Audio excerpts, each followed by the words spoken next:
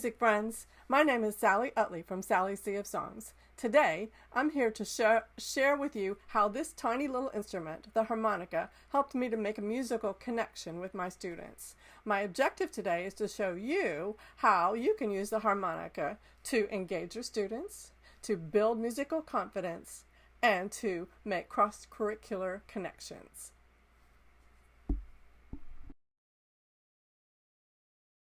About 20 years ago, I found myself in a unique teaching situation, one that likely wouldn't happen today. Our school was trying out single-gender classes in the 4th grade. Those all-girl classes were a dream, but those boys, while they had plenty of energy and musical ability, focus and cooperation were a challenge. So I started looking for a hook, something that was hands-on, that would keep their attention and get them working together. Around that same time, I went to a session at SCMEA on teaching harmonica in the elementary music classroom. I thought, this might be it. It was fun. It was different. It was easy and inexpensive to get started. My principal was a musician himself, and he loved the idea. He bought the whole class set for those 4th grade boys. And it worked. Those boys were engaged and focused, and they were proud of what they were learning. They loved it when their teacher or the principal would sit in on the lessons. Even after we went back to traditional classes on the grade levels, I kept teaching the harmonica, especially in 3rd grade. It connects beautifully with the science unit on sound, and it helped the kids understand pitch and volume through real experience. It gives them a chance to play together as a group. But more than that, it builds confidence. It's fun, it's different, and it grabs those kids who don't always feel successful in music.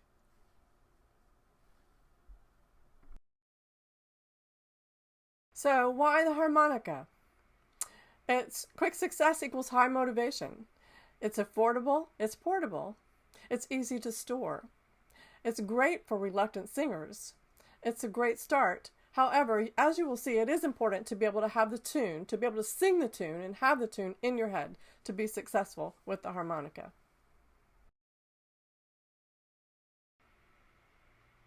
Benefits of the harmonica.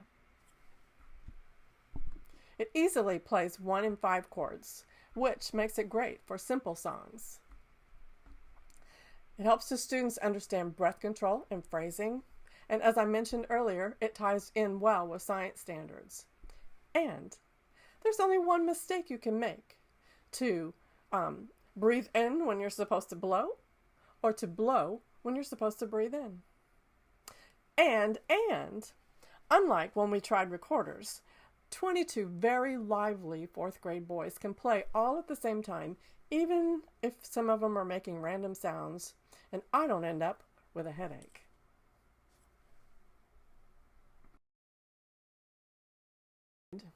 Simple 10-hole diatonic harmonicas in C is the first thing. I started off with the Chicago Blues Band harmonicas, but I eventually switched to the Hohner clearly translucent diatonic harmonicas. Either one works, so it really depends on whether you prefer the silver jacket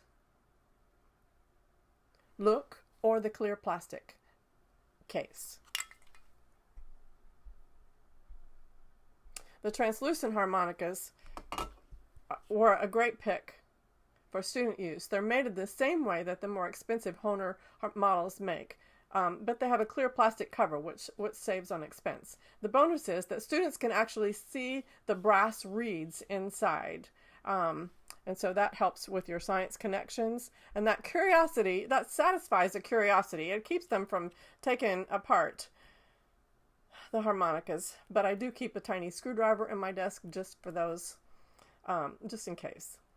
So a quick tip when buying: make sure you're getting real instruments, like music store quality instruments. They don't have to be super expensive, but they need to be real instruments with brass reeds and not the toy versions. I tested a few on Amazon. They look a lot the same. This one even has a nice plastic case. They look almost the same, and you would be really tempted to just go ahead and buy them.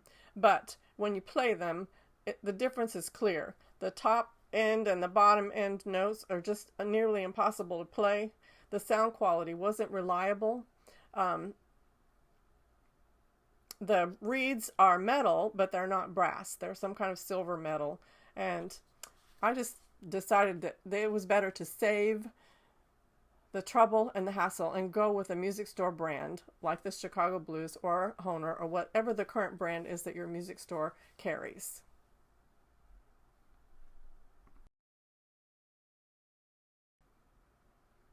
The parts of the harmonica are pretty simple.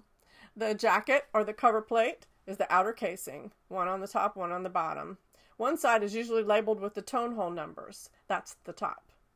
The comb is the main body down the center. It has chambers that direct your air to the proper reed. The reed plates, one on the top and one on the bottom of the comb, are tiny metal strips that vibrate to create the sound. One plate will activate when you blow air into the harmonica, and the other activates when you draw the air through the harmonica. Care and hygiene. Harmonicas are not so easy to clean, so each student needs their own. You can't just dunk them in a bucket of mouthpiece sanitizer like you can the recorder. So they need their own, and they need to keep them clean as you go through your unit. No sticky drinks beforehand, no gum. Rinse your mouth out, water only. Wash hands. And finally, don't share harmonicas unless it's someone you wouldn't mind kissing.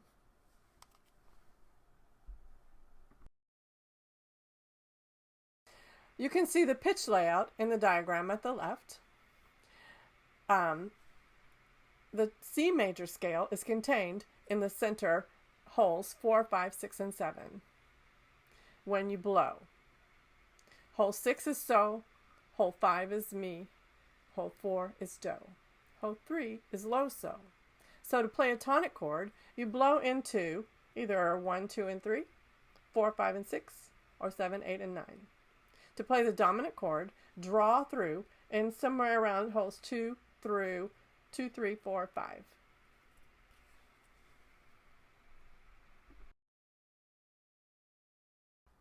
There are a variety of hand positions for the harmonica, and today I'm going to show you the one that was taught to me by the professional artist in residence that spent some time at my school. However, I want to encourage you that if your little ones end up just holding it like this, it's okay. If that's what they need to do to be successful at first, it's okay. They can grow into something more official and more professional. So the way that I was taught, this one worked well with my elementary students. Take your left hand and make it into a flat letter C. And take that harmonica with the whole side up, the number side up, and just slide it right into that letter C. So it's like this. Your pointer and your thumb are going to be on the jacket right next. There's a little curved area at the back end of the jacket. They fit just right there is a perfect place for them. And your other fingers remain straight and closed. Take your right hand and make a nest. Fly your harmonica until the thumb of the harmonica hand touches the back heel of the nest hand. Then close your fingers together.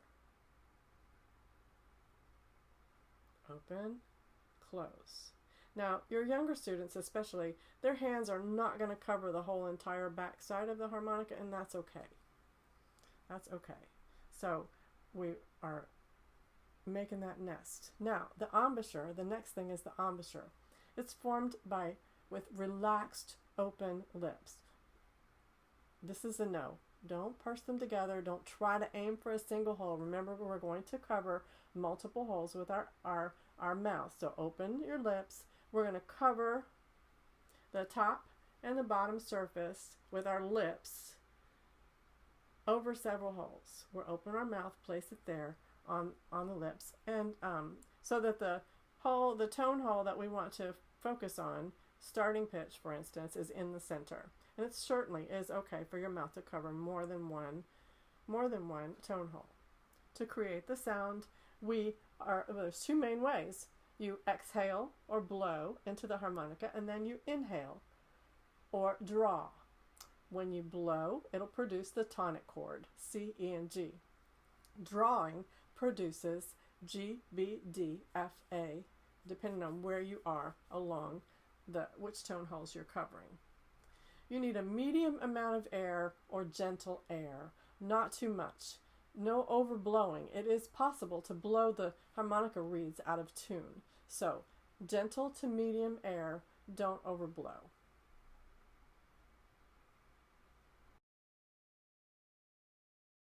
A few quick tips on hand position and breath basics. Don't aim for single notes. This instrument has built-in harmony, so let's use it. Relax your lips. Breathe naturally. Inhale is called draw, and exhale is called blow. Use smooth movements to switch between holes. Move the instrument and not your head.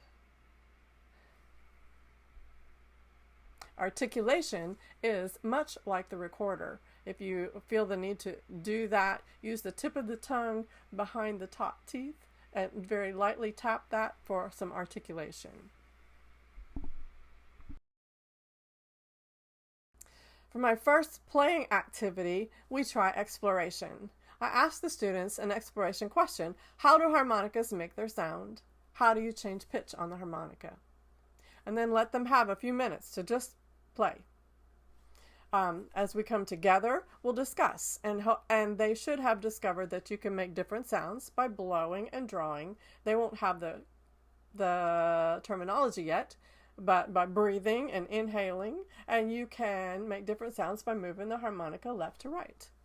Then we'll echo some simple blow and draw patterns. We start very simple. The purpose of this activity is to help them differentiate between the sound of blow and draw. So I'll start as simple as I can with 4 blow patterns. You somewhere in the center around holes 4, 5, and 6. And let them echo.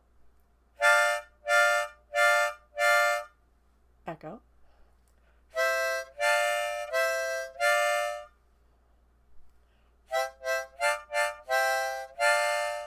And let them echo.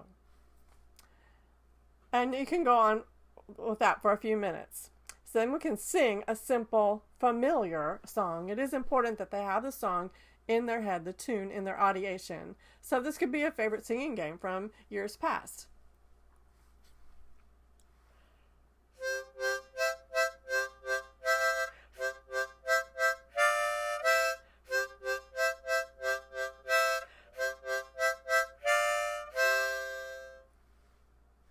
So we'll talk more about other song possibilities in a few minutes. But I will, as a teacher, will play a song or a phrase from a song. I'll tell students the first pitch. For a closet key, that first pitch was hole number 4, blow, and allow them to figure out the song. See if they can figure it out. I'll ask for volunteers to play the song. And this is really important for a couple of reasons. We definitely use feedback techniques to confirm, positive feedback techniques to confirm that and identify phrases that need some adjustment or parts that sounded just right. But students need a chance to play by themselves. They need to be able to hear themselves. So allowing for solos at this early stage is really important. I do start off with the premise that students can figure this out by themselves when they have the songs in their audiation. They don't need me to drill the notes. We want to set them up for success as independent musicians.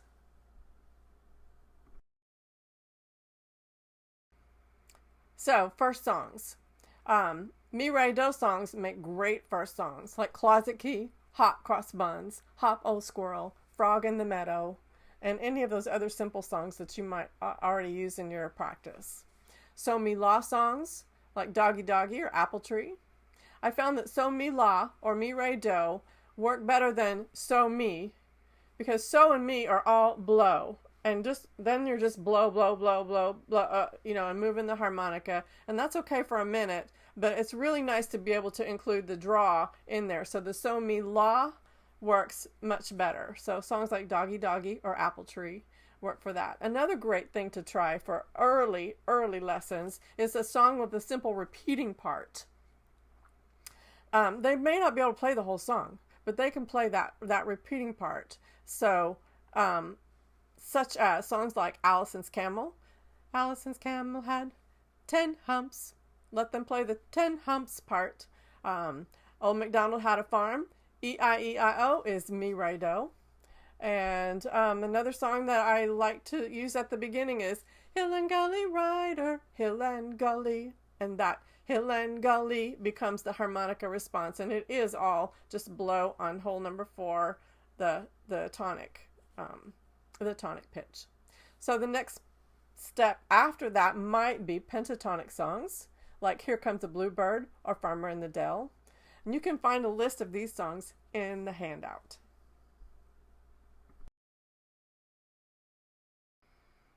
Reading tab notation. So I've discovered that there is more than one way to write tab notation for the harmonica. Most online sources use simply a number to represent blow and a number with a minus sign in front of it to represent draw.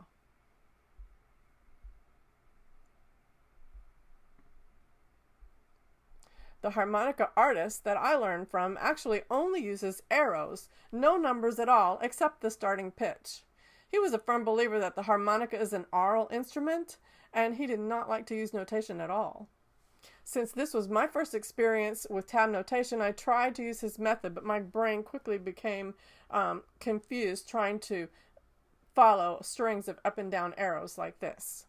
So as I continued to teach my classes after he left, after his residency, I decided to add in the numbers under each arrow just so that I could visually keep up a little bit better. I figured if I was having trouble, my students may also be having trouble. So you may not see this exact system anywhere else, but it has worked for me.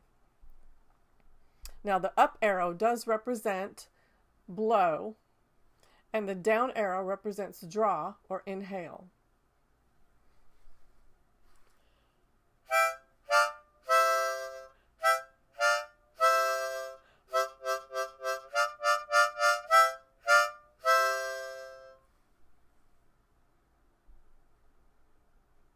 I remember it as the up arrow represents blowing the air up out of me, and the down arrow represents air inhale of air down into me.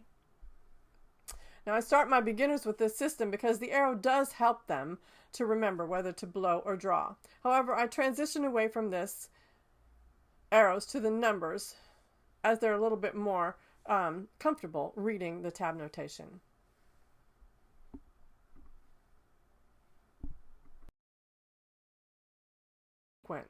The tune does need to be in our audiation for the most success. So the steps at the beginning of the sequence get us singing with a few repetitions before we start to play. So the first thing we do is sing with the lyrics of the song. Hot cross buns. Next, neutral syllables. Bum, bum, bum. The next repetition will be the tone hole numbers. 5, 4, 4. 4, 4, 4, 4, 5, 5, 5, 5, 5, 4, 4. Next, we sing the breath patterns with rock and roll. Now, rock and roll is the way that I added movement into this learning process, and those boys surely needed some movement, and I did too. We rock forward when we rock forward when we blow, and we roll backward when we draw. So with hot cross buns, we would read the arrows on the chart, and we would sing blow, draw, blow, blow, draw, blow in that manner for the song. Then the next step is not to play the whole song. We play the first pitch only. It's always good to make sure that we're set in the right spot so that they're not playing off on one end or the other when you're trying to get them to play on hole number 5. So play the first pitch. For this one, it is tone hole number 5. When everybody's set, then we can play either the full song or a phrase at a time, wherever you are in the learning process for that.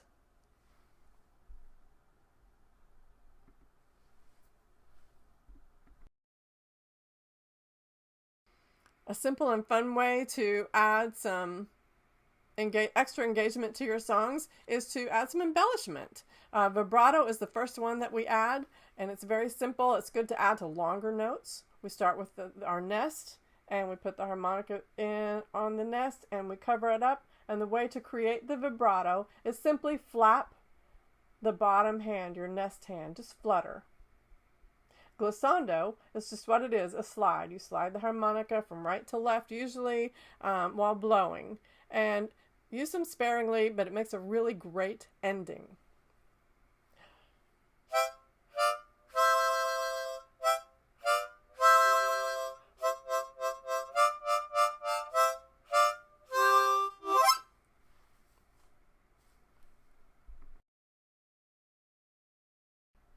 Now, a few classroom tips. First, don't be afraid to teach by ear. Give students the first pitch, the tone hole number, whether it's blow or draw, then allow them to figure it out on their own. One phrase at a time if need be. Throughout the process, make time for solos. That's the one complaint I often receive from students, is that they couldn't hear themselves play while everybody was playing. And that would cause them to overblow.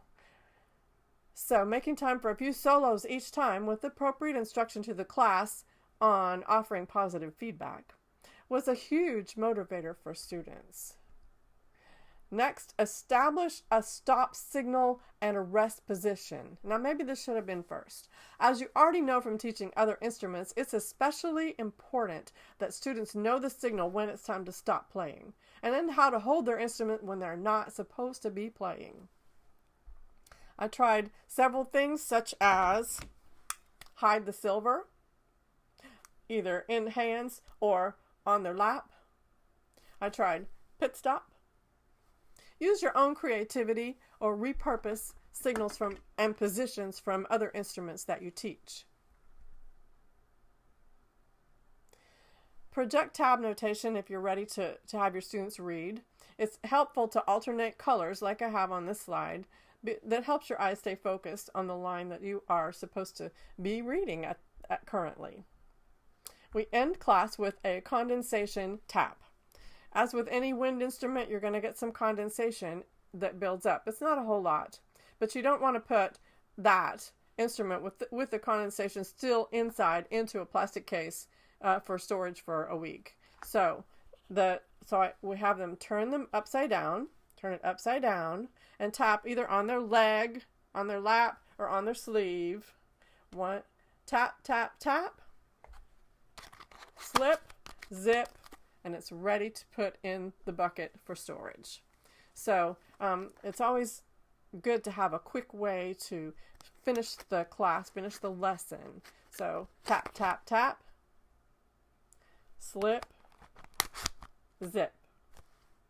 In order to provide ongoing communication with parents, I sent the Harmonicas home on a field trip with a list of songs that students should be able to play and a little parent assessment sheet that they could fill out and return to the school.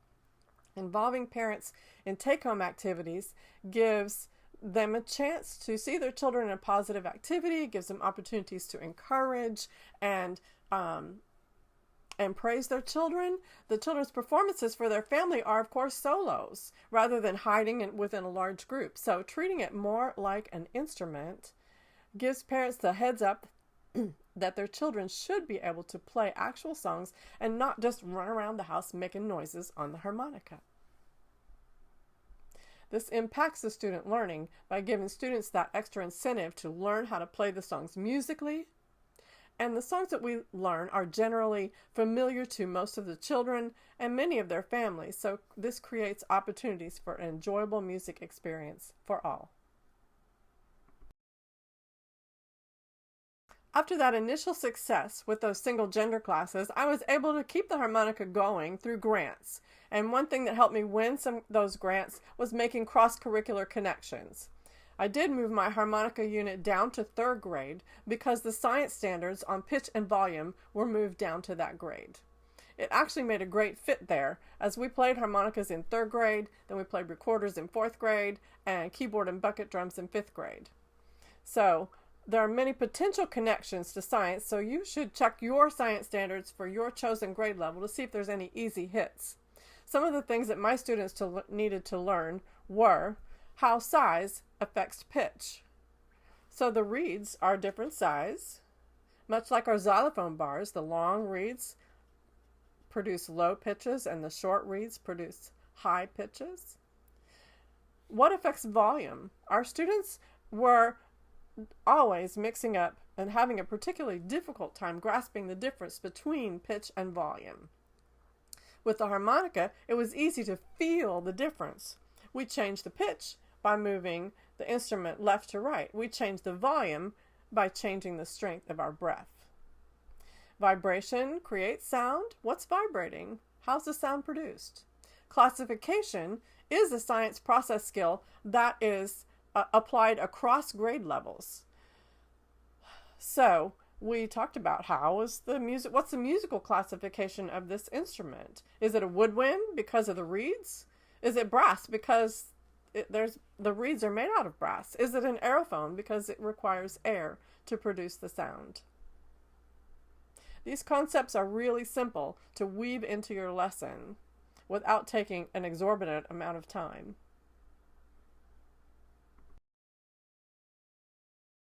Grants helped me to collect several books to sprinkle throughout my unit. I did find that, especially at the beginning of the unit, the kids would get winded or dizzy from all of the inhale, exhale breathing. So we needed to take a break every now and then from our playing, and stories like this and videos of professional harmonica players became my solutions to that problem. So stories about harmonica players are a great way to introduce the unit. My favorite is Old Cotton Blues and The Music in Derek's Heart. Both of these books feature a young African-American boy who wants very much to make music and finds a way through a male mentor. My student body was over 90% African-American, and so beginning with these two books, my boys could readily associate with the language and the culture. And I really love that the message in each one was that the music is passed from one generation to the next. Next, I open the door and allow them to discover that the harmonica is not unique to African American culture, but it has a role in other cultures as well. The Harmonica by Tony Johnston tells of a boy in a Nazi prison camp. Whale Brother by Barbara Steiner is a similar story set in an Alaskan Inuit community. And Lentil is a fun story by Robert McCloskey about a boy from Ohio who saves the day with his harmonica. You will find this list in the handout.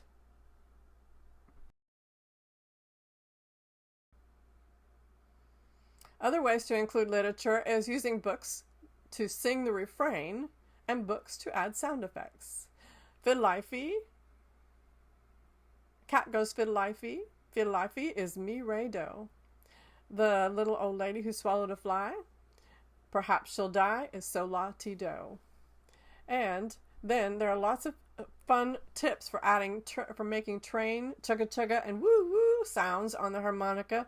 I will link one of those in the handout to get you started.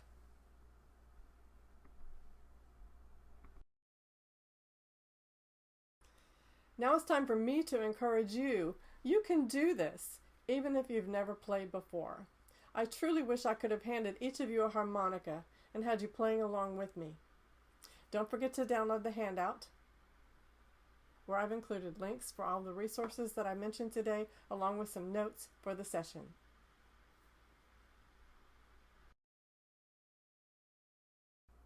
I want to encourage you to visit the virtual exhibit hall. I always love visiting the exhibits when I attend a conference, and this one is no different.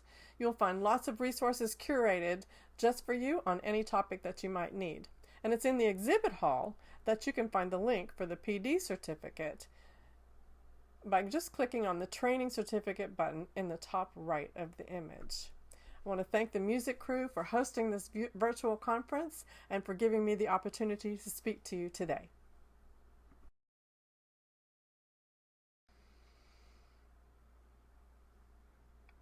That's a wrap for my session today. I hope you will connect with me. The links for my website, my TPT shop, and my Etsy shop are in the handout.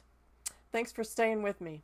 Be sure to stick around for Erin's session on Too Cool for School, Engaging Upper Elementary Students, which begins at 12:30.